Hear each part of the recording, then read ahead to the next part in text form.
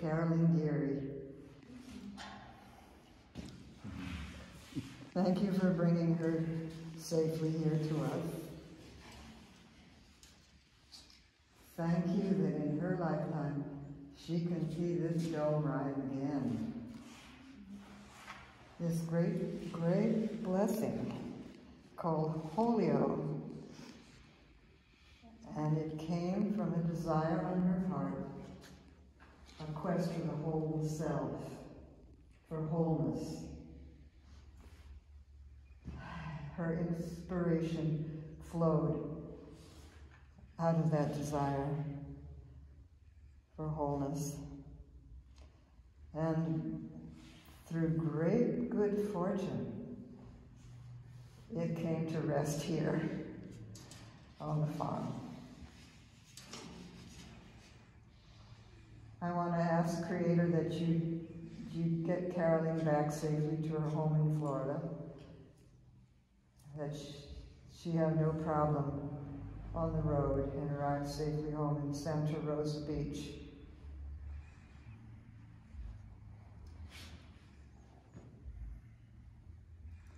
I also want to ask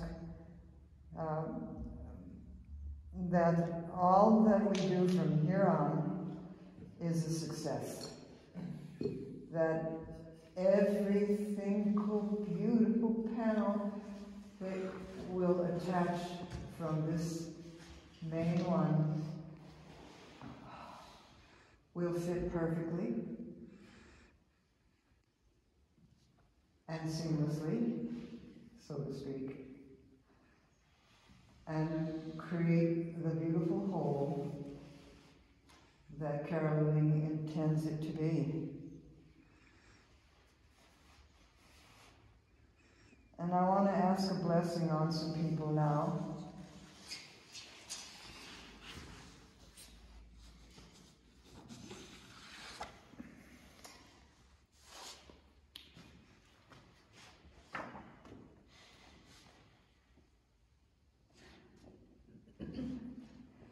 Unfortunately, Sharon is not here yet, but she was delighted to be invited, and she may yet come. Sharon is the person who accepted Holio Dome. When Carolyn came to the Eco Village in 2004 and asked, but Albert said no, asked Roberta, and Roberta said no, asked Sharon. And Sharon said yes. And that's why it was installed at the school. And of course we know the history of how that panned out. But that was a good thing. Because this is where it really wants to be and needs to be. Down the road is the Farm Historical Society and Museum. It's a work in progress. And one day, it will be our museum and history, archival, our place for our history. And this is also history. So bless Sharon. I want to bless Kenny, because Kenny, actually, he's made it all happen, because he kept the crews organized and coming day after day until it reached the point where it now is. I want to bless Jason for the genius of his work on it. This was a wreck, the geodome. A tree fell and it was a wreck. And he painstakingly put it together. Plus, he designed a stairwell that keeps the curve of the circle. And there's no telling how we would have gotten in the last time we had to crawl in, but we're too old to crawl, some of us. So this was a perfect solution. I better pick up some speed because there goes Adrian's son. Pat Montaigne, where is Pat? There you are. Pat Montaigne. In disguise. He was the first person that I came to say, design us a roof to cover this. And we sat down and he came up with a six-sided, I think, triangle. would have been a beautiful thing, triangle. But we didn't get far with that because Kenny said, they make things like this already made. And we looked into it and we bought one. It's called a house dome. You may notice that the windows are all on the first story, but there's a second story. But the Chinese kept it. We said, you keep the second story and your staircase. But that's what they sell them for. Mark, along with Pat and Vicky, has the longest history of helping Holyoke here on the farm. And you will get to see one day a video of bare-chested Mark in 2004 or 5 putting wide lead on the edges of a panel and saying that it was the coolest thing going on the farm. I saw some video. Yeah.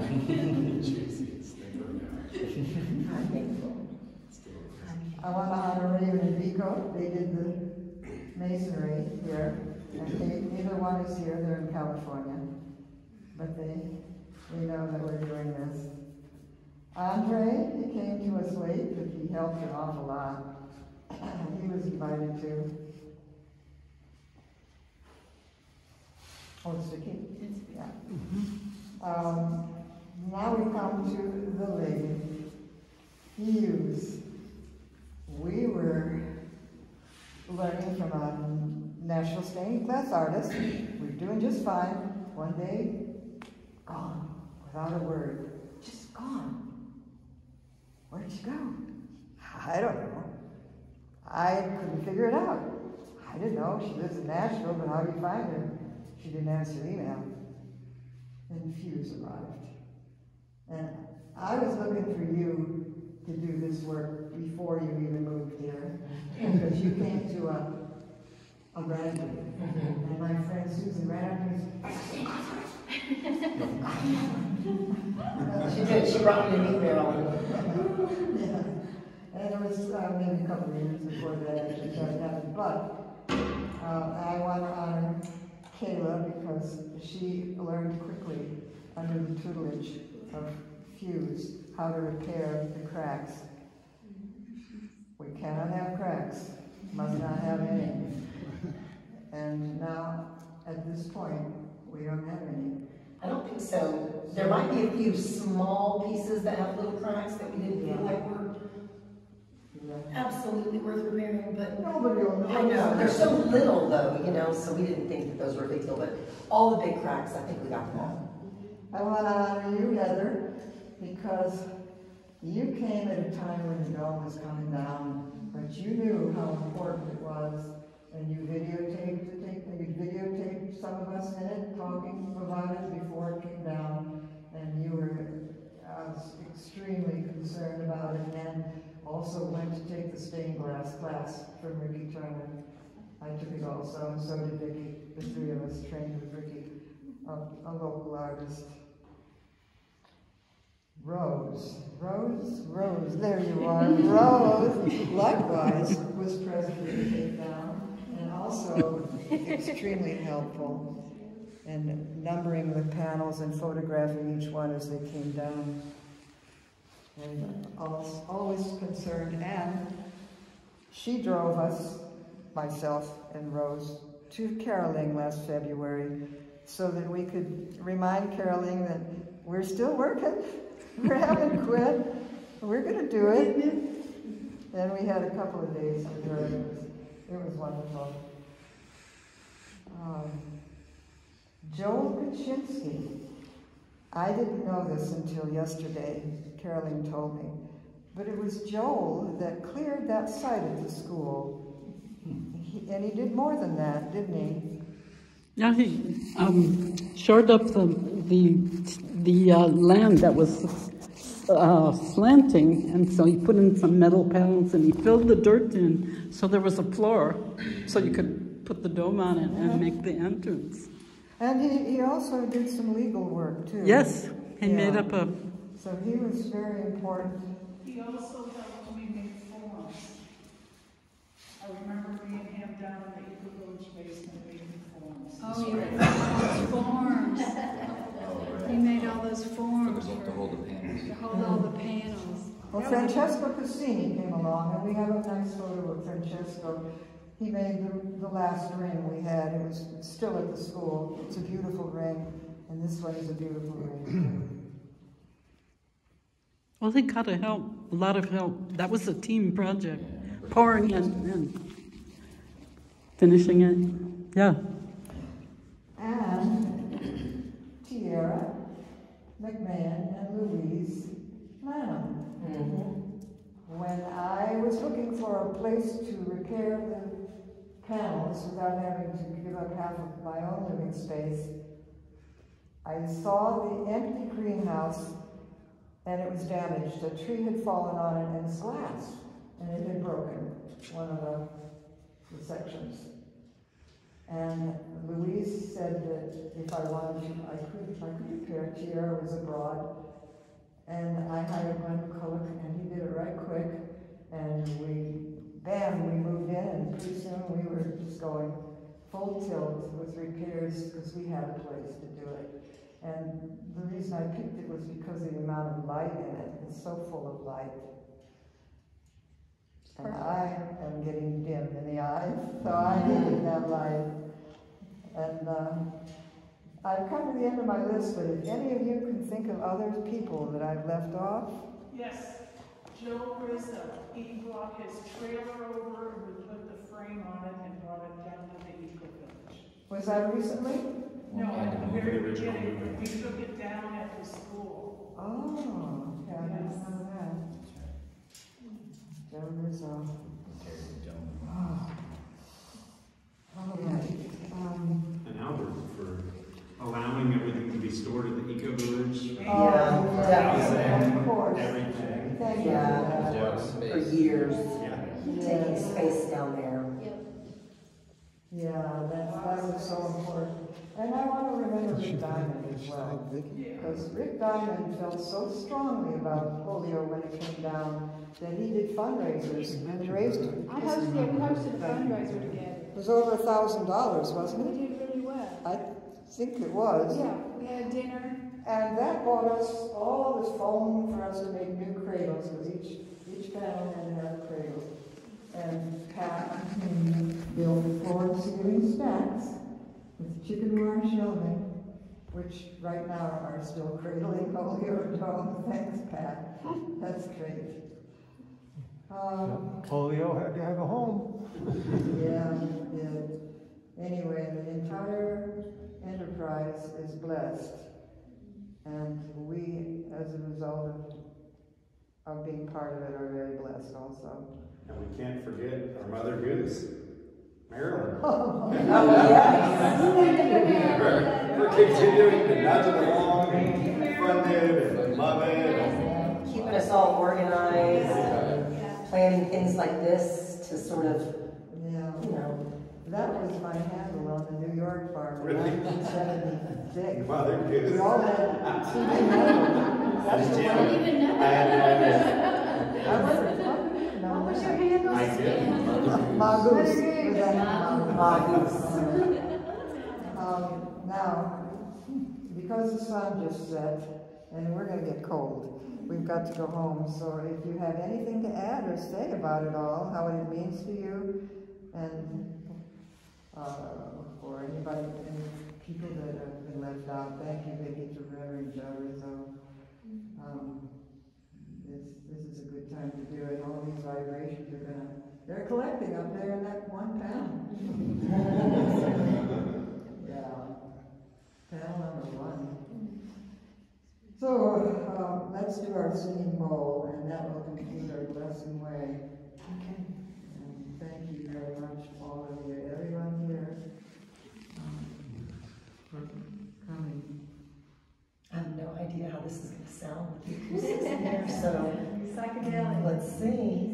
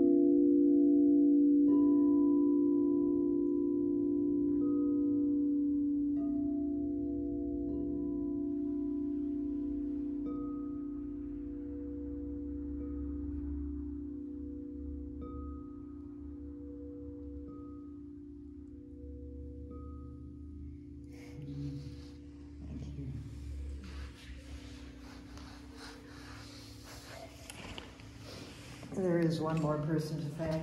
It's my late husband, Larry McIntyre.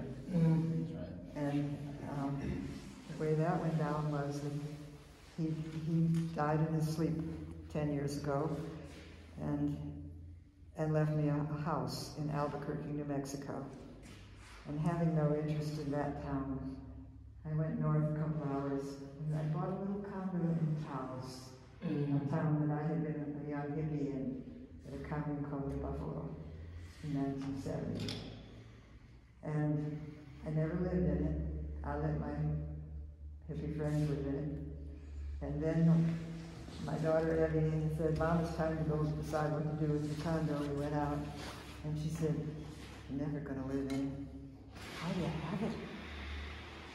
Crazy to you. How did you get a house in Mexico, a vacation house in Mexico? I said, oh, I like that idea a lot. So I called up Albert within an hour. What's your island like? Isla Holbox in Yucatan. Oh, it's wonderful. There's no cars, only bikes and golf cars. I said, ooh. And I went and looked at it, and I loved it. And then I realized it's going underwater because it's only 1.5 miles wide, it's 26 miles long, and the streets are made of sand. It's going under. I said, nope, can't do that. So then it occurred to me the next thing that I should invest in was this. And that's how that happened. But thanks to Larry, it really, he's the, shouldn't have been the last person to thank, but never the last. I was next. Yeah. Oh, shall we say one holy Om to close?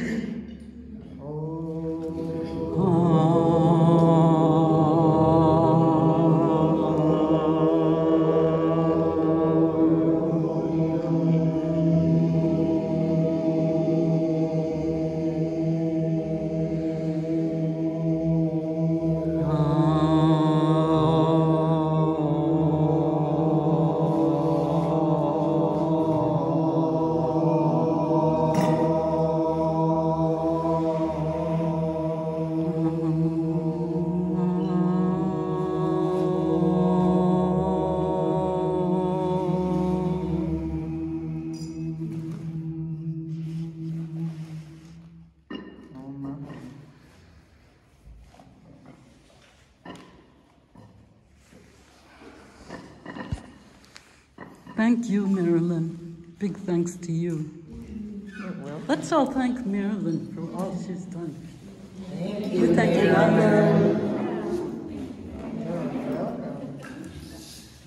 Thank you, Hughes. That was lovely. Oh, yeah. Yeah. If you, oh, go ahead. You go ahead. No, I was just going to say, I usually do a 30-minute sound bath if you get a chance to see me at the Sunset Tree or at the gazebo at some point, but. It's always beautiful. It's always beautiful. It was perfect.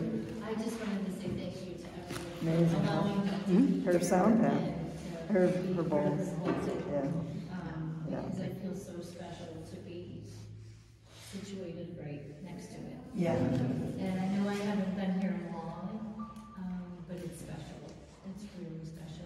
And I'm excited to see and meet all the people that it brings. So thank you.